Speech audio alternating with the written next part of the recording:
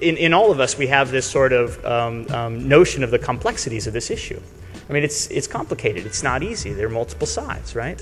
The next 2 days is about taking what is a burgeoning and still slightly unclear notion, corporate citizenship, and putting it into the strategic agenda. To do that, we have to have all of us. We have to be in a conversation together.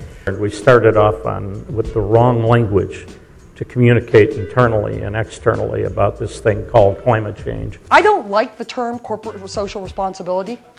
It feels to me like a bolt-on. So for us, it is about embracing the notion of changing the definition of corporate citizenship.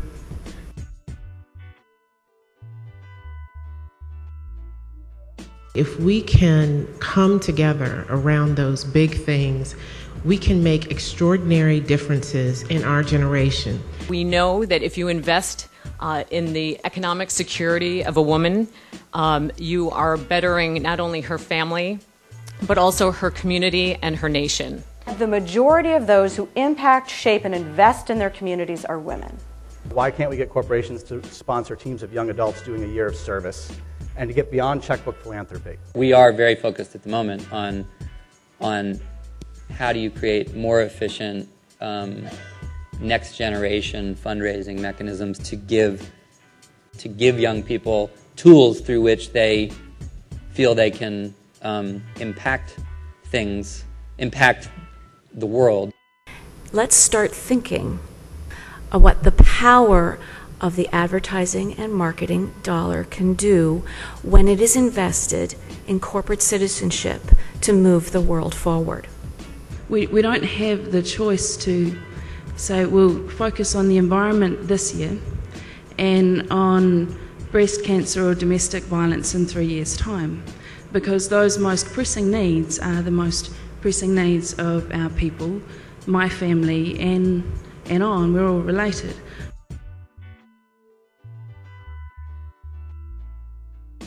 When you're thinking about measurement, it's terribly important that the internal stakeholders, the employees, that they feel that the program is credible, and that they can buy into it, and that they can deliver on the promise. We need to aggregate and scale, and that's how we're going to change the world.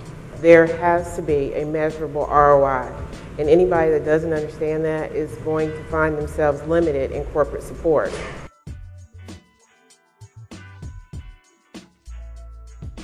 Because it is absolutely proven in all kinds of recent research that if a corporation is seen as a good citizen of the world, it will help you recruit wonderful employees, retain those employees. There's all these other benefits to being a good corporate citizen that I believe that corporations should take into account when they're thinking about developing their programs.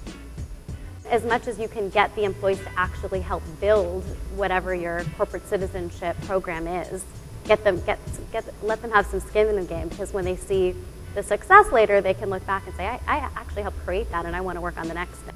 91% of women say it's important that a company support a cause. 49% of 18 to 24-year-olds will say they will take a pay cut to work at a socially responsible organization. 78% of LGBT people are extremely likely or very likely to consider brands where they know that the corporations provide equal workplace benefits for their employees. This is not about virtue. This is not about corporate social responsibility. This is brass tacks business, because it turns out you can do almost nothing to help the environment that doesn't also save you money.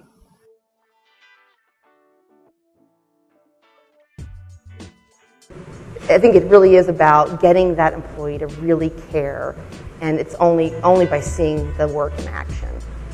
And it is about recognizing that we have this extraordinary gift of affluence, of intelligence, of opportunity, of access, of connectiveness. And this is, in my view, the beginning of managing how to best leverage that. My question is, where do we go from here?